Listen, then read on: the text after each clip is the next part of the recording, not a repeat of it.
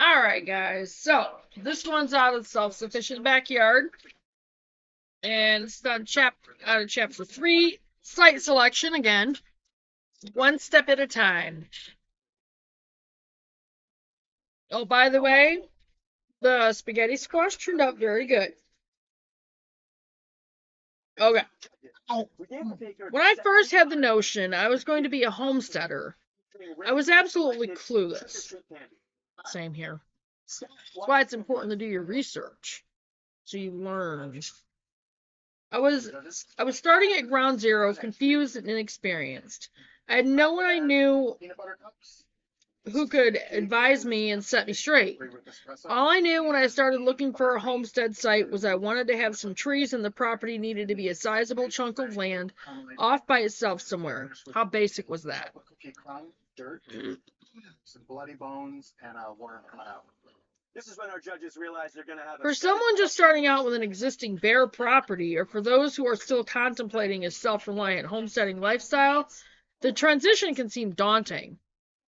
How do I get started and what do I do? What do I tackle first? Where do I even start to search? This chapter is written primarily for those who one day hope to own a homestead of their own. This is what's nice to be back on my mom and dad's property, because we have that, and we can incorporate our homestead right onto the property. We're building our third homestead from scratch, and we've had to go through the process of deciding where we would like to park ourselves 3 times. Technology has made things easier since we can go on the internet and visit real estate sites, municipality websites, research climate statistics, and the like. But in the late 70s, phone books in the library were the tools I used. West Virginia and Maine were the 2 states I perused. I eventually settled on northern Maine. My property was located in unorganized territory on the border of a small town. This is where my education began. What an exciting time it was for a young guy. Hopefully, in your case, you now have your goals defined. We have the Halloween bake-off thing on. It's really cool. Hopefully, you have a general idea of what the perfect homestead site will be with a diagram sketch of an optimal plot plan. So let's go shopping for land. For those who own the land already and are ready to take their first steps toward independence, you will find a lot of information that follows invaluable as well. I think your idea is just really... Hang on, guys. Okay. One step at a time. Let's start logically and take it one step at a time. One of the first questions to address is, in what geographic region do you want to live off-grid or start becoming self-sufficient? It's a good question. Contacting multiple real estate agents in the area will be a good place to start to see what land's on the market. The MLS, or Multiple Listing Service, will be another great resource. We've also visited potential localities and inquired of the locals if they know of any properties someone might be willing to sell. The last option we used was to study the land maps, pick actual properties that had appeal which were not for sale, and with the help of municipal databases, we wrote the owners via mail to inquire if they had an interest in selling. We had some good results from that, so trying that avenue was worth a shot. When someone responded favorably to our request, we went to look at the property in person to see if it was what we wanted. Please don't buy something sight unseen. This is an important decision. Much like a foundation to a house is the most critical part of any structure, your land purchase will be the foundation on which you build your self-sufficient world. And that is very true. Once you have a few places picked out in your area of choice, you need to ask a few more questions before you're ready to plunk your money down and sign a sales agreement. They're in no particular order.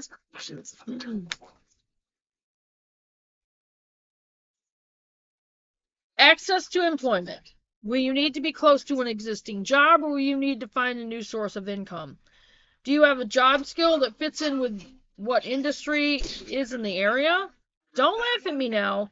But when I initially went to live and build my first homestead, I figured I'd need very little money for the rest of my life, and I've lived happily ever after on my little homestead. What a crazy notion. Granted, I lived a Spartan life and needed much less money than the average person, but I still needed more money than anticipated. The main employment in the area was potato farming and logging, so this electronics technician turned homesteader chose to become a logger. I adapted. What dangers does the local area have?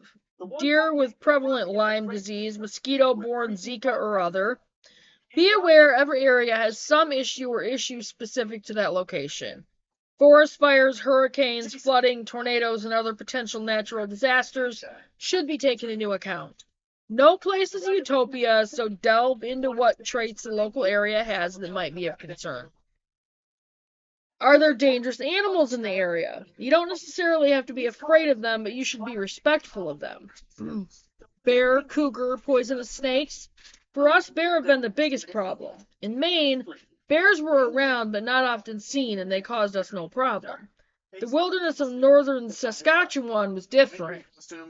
Our greenhouse was trashed, and we had a bear mechanic show up to rearrange our snowmobile and work on our Yamaha boat motor. The nice foam seat of the snowmobile was completely shredded. And don't get me started on the time a bear was bound and determined to climb through the bedroom window. No amount of banging and yelling deterred him. Suffice it to say, we've had some interesting animal experiences. Yet the chances of you encountering a similar experience are pretty slim. But one still needs to factor them into the decision-making process. And ask 2 other bakers to trade theirs. What is the proximity to shopping, resupply, and medical care? In northern Maine, we lived within 20 to 40 minutes of shopping and medical care. In Saskatchewan, we'd shop twice a year, once in the spring and once in the fall. Depending on the distance to supplies and shopping, meticulous list making might be required. Not necessarily a big deal, though. In Saskatchewan, where our ability to shop was so infrequent, we ran out of an item and immediately went on a shopping list. Nothing was left to memory. If we missed buying something, the next shopping trip was half a year away. So it was best not to forget a single item. When we lived in the bush, medical care was always a dicey proposition. Float planes only fly in daylight with reasonable visibility. Plus, for about 6 weeks in the fall during freeze-up and 6 weeks in the spring during break-up, the lake wasn't safe for landing of planes. The only way in or out was by helicopter, an expensive mode of transportation. Distance to medical care may determine what your medical library looks like, and whether to take a basic first aid course, first responders course, or something more comprehensive such as an EMT course. I took them all. Recently, I took a wilderness first aid course too. Johanna has basic first aid. The more knowledge, the better. Additionally, you might consider beefing up the medical kit if you are any distance to a doctor. Does the property have clear title with warranty deed? Do you want to enjoy your homesteading experience? Wrangling in court over title and legal mumbo jumbo is the last thing you want to be doing. A lot of the time that can hinder you from doing anything that, on your homestead that you want to do. Does the property face south to capture energy for your solar electric array or solar passive heating? I am always thinking in terms of future expansion. Any property needs to at least have the potential for an unobstructed view of the south. The best way to ascertain direction is with a compass. It need not be a fancy compass. Hold your compass level in front of you and rotate your body until the needle points north. Usually a red painted end will be the north end of the needle. Directly behind you is south. You can now reorient your body so that you are facing south. Double check the needle on the compass that behind you, the needle still points north. This method gets you in the ballpark and will usually be within plus minus 20 degrees in North America. Good enough for land shopping. When it comes to time to orient your house, garden, or solar array, you'll need to be more precise.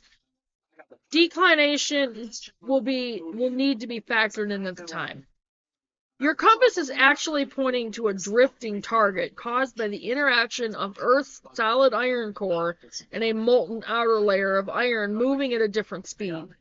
That creates a magnetic field that is in a constant state of flux. If you remember the globes at school that rotate, true north is the top pivot point, the imaginary axis on which the world rotates. Depending on where you are on the Earth's surface, magnetic north and true north will be different. That drifting magnetic field and the axis pivot point at the North Pole are in different places. The difference between the two is referred to as declination. I don't know if I'm pronouncing that right, but no need to bog down on the concept. There are many good books that can help you. Perhaps a friend is good with a compass, or at least as a last resort, a GPS with compass should take care of the declination automatically when it comes time to be more precise. Does the area have Barky, the neighborhood dog that constantly barks at his shadow, or is there industrial equipment running morning, noon, and night within earshot? Several times during our land shopping process, we asked the landowner's permission to camp for a night or two on a prospective property. Spending a night at a property you are considering buying gives you a whole different perspective. I get that. If you can swing it, viewing a property during different seasons is valuable too. For my blueberry topping, Is it- I mix blueberries. Is the ground prone to run off from winter storms or spring thaw? Is there standing water anywhere? Our backyard. I do with chocolate. Walking the land prior to purchase is strongly advised. If you can do this at different times of the year, so much the better. But if not, at least do it once before buying. As you tramp around, look for wet ground, low-lying areas, high areas, rocky outcrops, drop-offs, cliffs, pleasant views or unpleasant views as the case may be, and try to envision the best place for everything, the house, barn, gardens, orchards, and whatever else you plan on having. In other words, try to determine all the positives and negatives of the property. Is the property surveyed? Lines well marked? Is it inadvisable to build on or clear land unless you're absolutely certain you are working on your own property? Beginning to heat, I turn around. It is inadvisable to build on land or clear land unless you're absolutely certain you're working on your own property. Obviously. Okay. If considering wind power, is there a high spot with the potential to clear an area where a turbine and tower can be installed that gives unimpeded wind flow?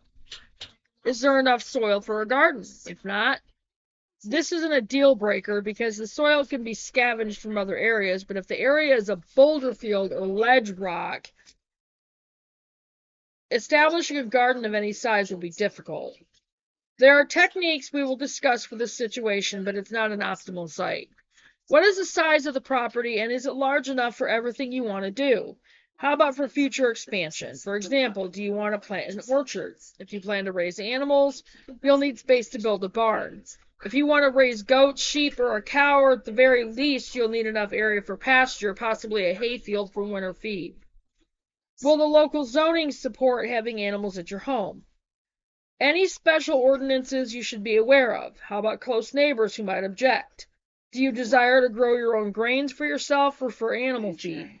Speaking of animal feed, do you intend to establish pasture and hayfields? Will you buy all the feed? How will you deal with the waste stream generated by the animals? You will be amazed at the amount of manure generated by even a few animals. What predator animals are in your area that want to make a meal of your livestock, and how will you deal with them?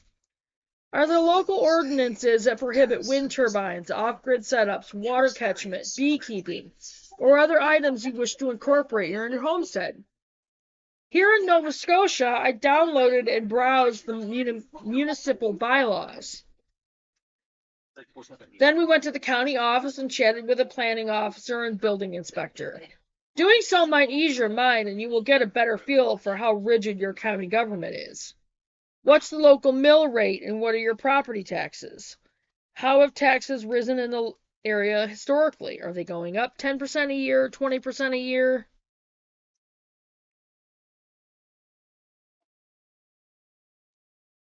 How close are you to a fire station? If you plan to have some type of homeowner's insurance, be aware some, maybe all, insurance companies will have their insurance premium on how near you live to the fire station.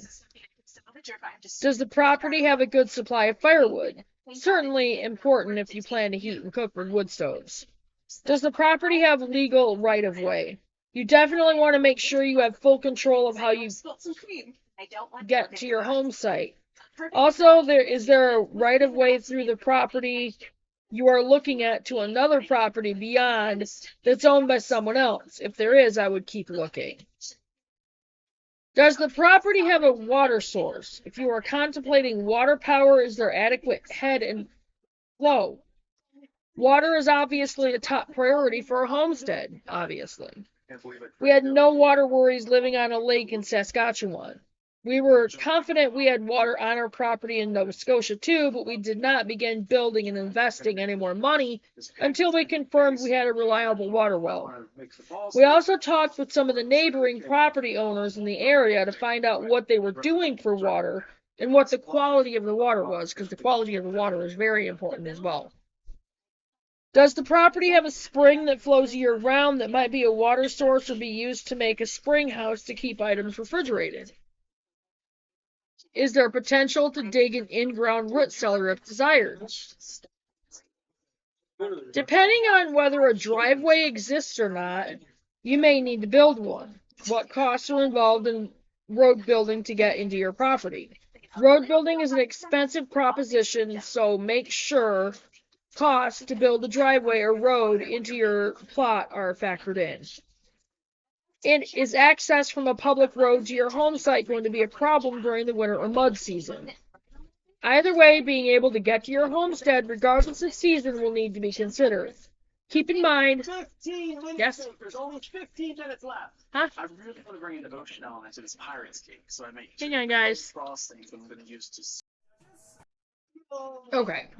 Keep in mind, large vehicles with construction supplies and concrete will need to be delivered. Even a water well drilling rig might need to utilize the road into your properties. Don't forget easy access for emergency vehicles such as fire trucks.